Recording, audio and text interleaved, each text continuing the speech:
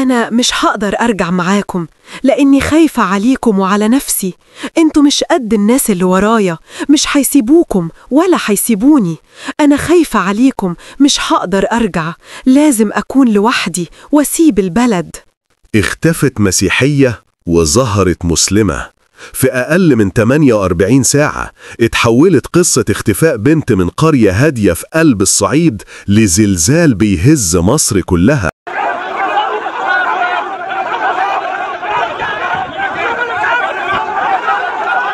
شهادات رسمية وأوراق بتغير كل الحقائق اللي نعرفها. النهاردة قصتنا عن موضوع شغل الناس كلها في مصر خلال الأيام اللي فاتت. قصة هزت قرية بحالها وخلت السوشيال ميديا تتقلب. قصتنا عن دميانة غالي جابر. ايه الحقيقة ورا اختفاء دميانة؟ ازاي بنت كانت بتخدم في الكنيسة لحد آخر لحظة تطلع على الورق مسلمة من شهرين فاتوا؟ هل هي قصة اختيار شخصي وحرية عقيدة، ولا قصة اختطاف وضغط وتهديد وتزوير أوراق رسمية في عز الظهر؟ القصة دي فيها تفاصيل تصدم وروايات عكس بعض تماما، واحنا هنا مش جايين نزود إشاعات، لكن هنحاول نجمع خيوط اللغز ده خطوة بخطوة ونحاول نفهم سوا ايه الحقيقة اللي بيحاولوا يخبوها. قبل ما ندخل في تفاصيل الاختفاء لازم نعرف الأول مين هي دميانة. دميانة بنت شابة عمرها 24 سنة من قرية اسمها طهنشة في مركز المنيا. بنت متعلمة متخرجة من كلية علوم وتربية قسم كيمياء إنجليزي، يعني بنت مثقفة ليها مستقبل وأحلام زي أي حد في سنها. لكن الجزء الأهم في حياة دميانة واللي أهلها والكل حواليها بيأكدوا عليه هو ارتباطها القوي بالكنيسة.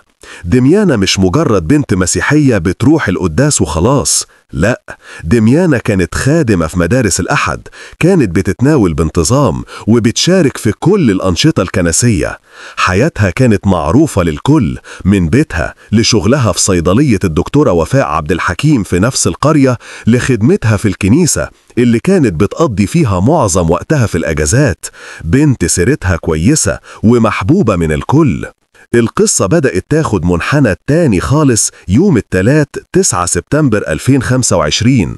الساعة كانت حوالي 7:30 الصبح. دميانة خرجت من بيتها كالعادة رايحة الكنيسة عشان تحضر القداس. أهلها متعودين على كده، طريق الكنيسة قصير ومعروف ومفيش أي حاجة غريبة. لكن الغريب حصل.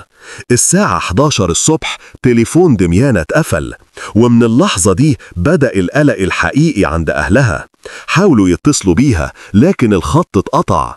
الوقت بيعدي ودميانة ما رجعتش. الأسرة بدأت تدور عليها في كل مكان ممكن يتخيلوه، عند قرايبها، عند أصحابها، في المستشفيات، وحتى في مراكز الشرطة. لكن للأسف مفيش أي خبر أو أي أثر ليها. البلد كلها بقت في حالة ترقب، والقلق فضل يزيد مع كل ساعة بتعدي. أنا مريم غالي، أخت دميانة، عندي 22 سنة، محامية. في اليوم اللي نزلت فيه الشهادة اللي هو 16/7، على زي ما بيقولوا ان هي اعلنت اسلامها في اليوم ده او اشهرت اسلامها واتوثقت في الشهر العقاري يوم 16/7. احنا متابعين معاها خطوه بخطوه. هي كانت بتقول ان هي نزلت مطاعم وبتصور لنا والفاتوره وكل حاجه متصوره. وجت تاني يوم اللي هي 17/7 وهي جايه بعتت في دير الام ساره، بعتت لهم رسائل، وعندنا ده كله ده بالسكرينات معانا. بعتت رسائل لدير الام ساره ان هي عايزه خلوه. فازاي يعني يوم 16 اسلمت ويوم 17 عايزه خلوه؟ في انا كريستينا غالي، اخت دميانة، انا خريجه كليه علوم صحيه المنيا الجديده. احنا لما سمعنا ان في اشعه طلعت وكده احنا اتكلمنا معاها بكل هدوء وقعدنا وفهمناها. احنا سمعنا 1 2 3. هي قالت لا الكلام ده ما حصلش وانا مستحيل اعمل حاجه زي دي. انا لو هعمل حاجه زي دي انا مش هقعد في البيت اكيد طبعا. وبعديها ابتدت ان هي تتعامل معانا كويس، وهي في الاول كانت بتتعامل معانا كويس، يعني ما كانش في اي تغير عليها. واحنا برضو للاحتياط اخذنا الموبايل شفناه وكده، ما كانش في اي حاجه، وكان معانا البطاقه بتاعتها وكده بس، والدنيا كانت ماشيه كويس خالص. بعد ما الأسرة قدمت بلاغ رسمي، الأجهزة الأمنية والنيابة العامة دخلت في الموضوع. وهنا اتقال إن دميانة ظهرت قدام جهات قضائية، لكن الصدمة كانت في انتظار أهلها. لما راحوا يقابلوها حسب روايتهم دميانة قالتهم كلام كسر قلوبهم. قالت بالحرف: أنا مش هقدر أرجع معاكم لأني خايفة عليكم وعلى نفسي. انتوا مش قد الناس اللي ورايا، مش هيسيبوكم ولا هيسيبوني. أنا خايفة عليكم، مش هقدر أرجع، لازم أكون لوحدي وأسيب البلد. تخيلوا أب وأم يسمعوا الكلام ده من بنتهم، إحساس بالعجز والخوف. أهلها فهموا من كلامها إن الموضوع مش بمزاجها، وإن في طرف ثالث بيهددها وبيهددهم.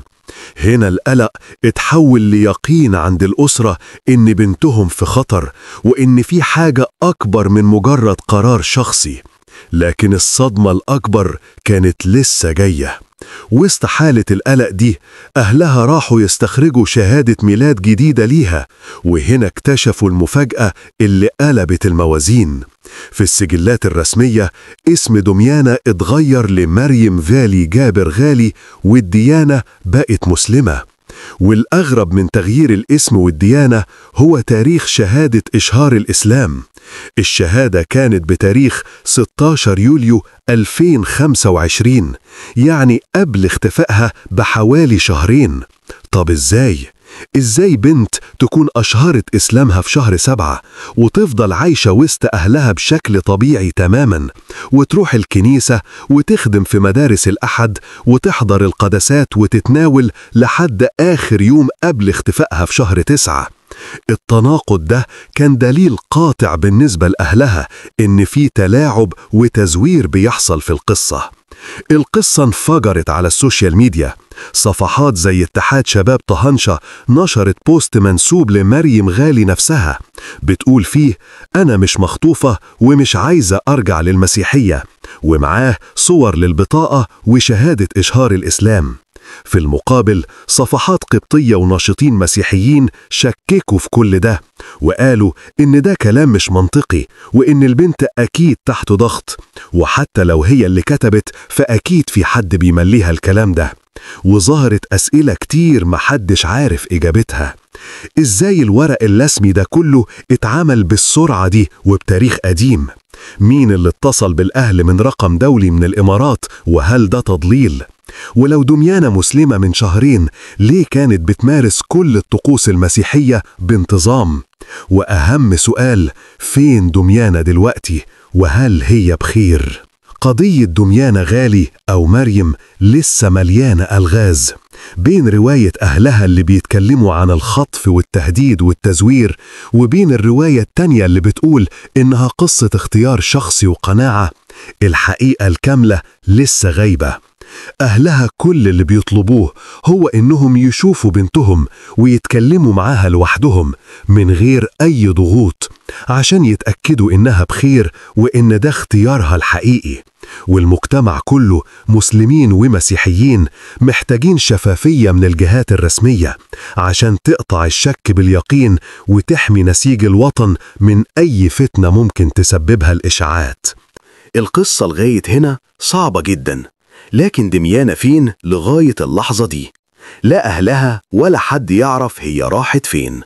صفحات طبعا المواقع التانية منزلين أخبار دميانة رجعت وبقت مسلمة، خلاص بقى اسمها مريم ومحدش ينده لها بدميانة. كلام صعب جدا قادر يثير المشاعر ويثير غضب الأقباط. أين الحكماء في هذا البلد؟ لازم يتدخلوا ويمنعوا كل ده. الموضوع ممكن يزيد ويبقى فيه مشكلة كبيرة جدا. أسرة دميانة عملوا فيديو وطلبوا إن بنتهم ترجع، واستغاثوا برئيس الجمهورية. إخواتها عرضوا الموضوع وتفاصيله بالظبط وإيه اللي حصل مع دميانة، لكن مفيش أي استجابة. البنت لغاية دلوقتي في حالة اختفاء، ومحدش يعرف البنت راحت فين. كانت في النيابة وخرجت، ومش من حق الأهل إنهم يسألوا راحت فين، لكن بنتهم لازم يعرفوا ويطمنوا عليها. هل قضية الدكتورة سالي نسيم هتتكرر تاني وهيحصل نفس اللي حصل؟ وهل كان الموضوع ده من الناحية التانية، يعني بنت مسلمة طلعت وقالت إنها بقت مسيحية، هل هيكون ده رد الفعل؟ هل هيكون ده الردود اللي تتقال للأهل؟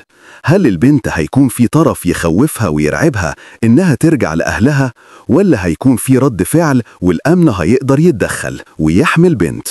السؤال ده بنسأله مش عشان نعمل فتنة، لكن عشان نقيس العدالة. العدالة لازم تكون واحدة، سواء في حالة دميانة أو أي بنت تانية، بغض النظر عن ديانتها أو خلفيتها. العدالة اللي بيطالب بيها الناس هنا بسيطة: حق الأسرة إنها تطمن، وحق البنت إنها تعيش حياتها في أمان، وحق المجتمع إن يفهم الحقيقة. إحنا هنتابع مع حضراتكم موضوع دميانة ونشوف هنوصل لإيه. يا ترى هل دميانة كده فعلا هتمشي ومش هترجع، ولا الموضوع فيه حكاية تانية وربنا قادر يتدخل إن يمد إيده ويطلع العصفور من فخ الصياد ويقدر ينقذ دميانة من إيدين الناس اللي بتأذيها؟ هنحاول نتابع مع حضراتكم كل جديد. شكرا جدا لحضراتكم.